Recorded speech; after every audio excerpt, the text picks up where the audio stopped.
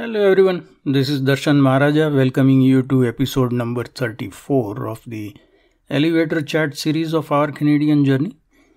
As you know, I have been talking extensively about the international student situation for a while. Many others have been doing that as well. It is worth noting here that most of these were independent voices. The public pressure that built up as a result has finally forced the federal government to act by putting a temporary cap on the numbers for 2 years, representing a 35% reduction from the current levels of intake. Right on cue after this announcement, objections to this cut have started to be voiced from the colleges and universities. I wish I could say that this brings a new element to the debate. Alas, it doesn't.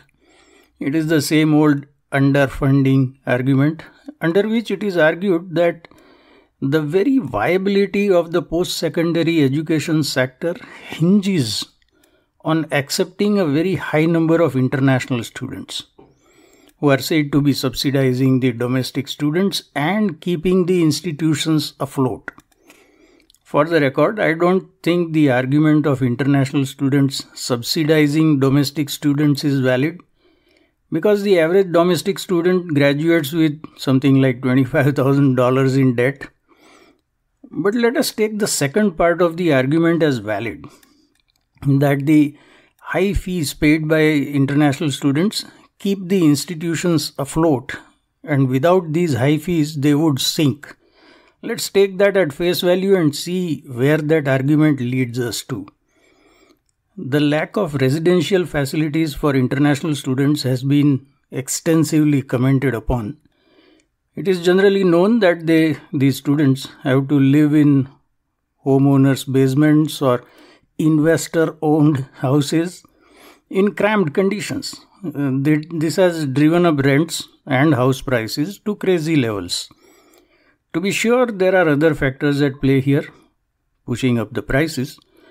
But the demand from international students is a significant factor.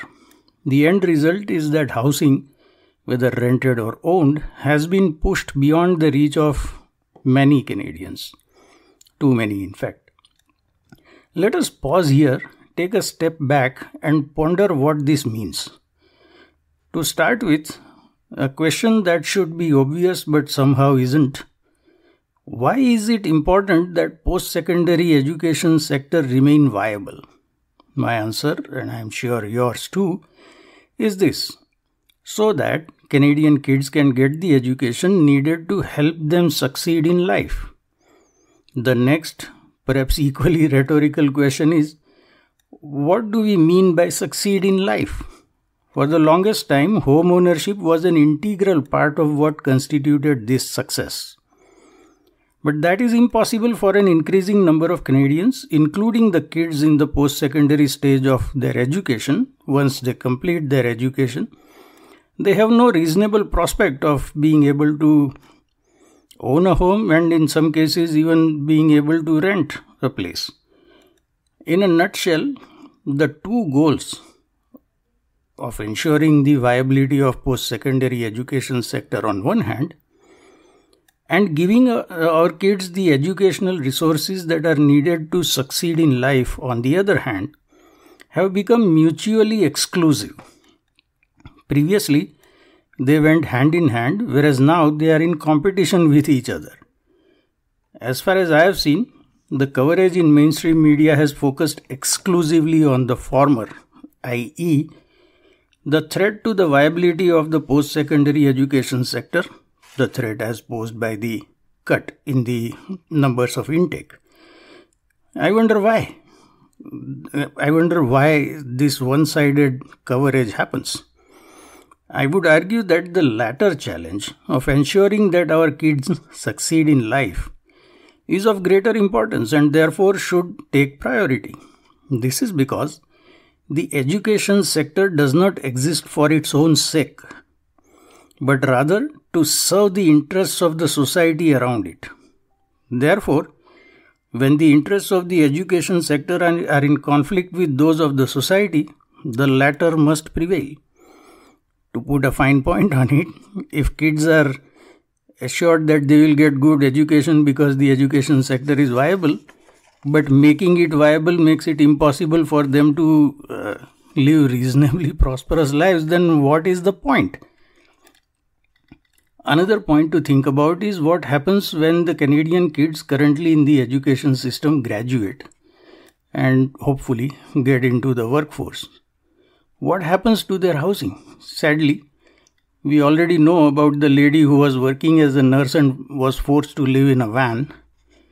In my younger days, I'm talking about some 50 years ago, the Indian economy was in an extremely bad state and young people completing their education could not find employment. The term educated unemployed became common. The way I see the situation in Canada, we already have educated and employed but homeless.